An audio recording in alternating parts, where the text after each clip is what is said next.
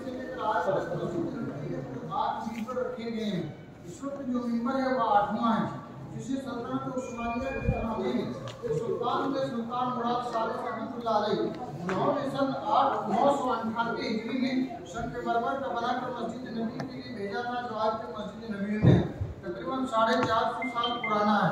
इस 8वें मिंबर से पहले जो 7वां मिंबर मस्जिद नबी में था वो आपके पीछे या सामने, जिसे सन 888 हिजरी में मस्जिद नबी में रखा गया था। 998 हिजरी तकरीबन 110 सालों तक ये मिंबर मस्जिद नबी में रहा। फिर इसे मस्जिद कुबा शिफ्ट किया गया। अब आपके सामने तकरीबन 550 साल पुराना है। मेहराब की हम बात करेंगे। सलाम पेश करने के लिए आप गए होंगे, आपने देखा होगा राइट साइड दाएं जानिब एक मेहराब है, वो मेहराब उस्मानी है। हज़रत उस्मान रज़ी अल्लाह ताला अन्हु अपने खिलाफत के अय्याम में उसी जगह खड़े होकर इमामत कराया करते थे। उसी गुंबद खदरा के साइड में आप देखेंगे एक सिल्वर कलर का बड़ा सा गुंबद है। सिल्वर कलर का वो बड़ा सा गुंबद उसी मेहराब उस्मानी के ऊपर है, जिसे कहते हैं कुब्बतुल मेहराब, यानी मेहराबों वाला गुंबद।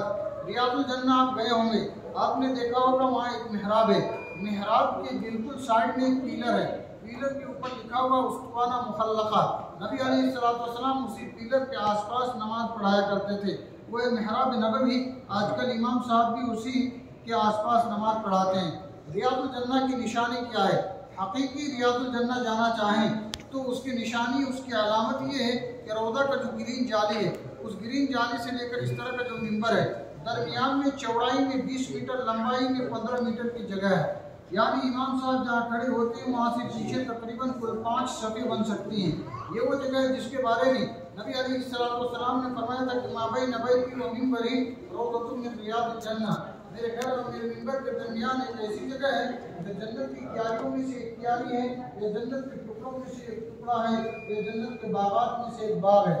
बहुत प्यारी जगह है। बाद उलमा लिखते हैं कि दुआ की कबूलियत के मकामात में से एक मकाम ये भी है। इसी तरह ये जो इलाका आप देख रहे हैं 100 या 150 साल पहले का मदीना इसी तरह हुआ करता था।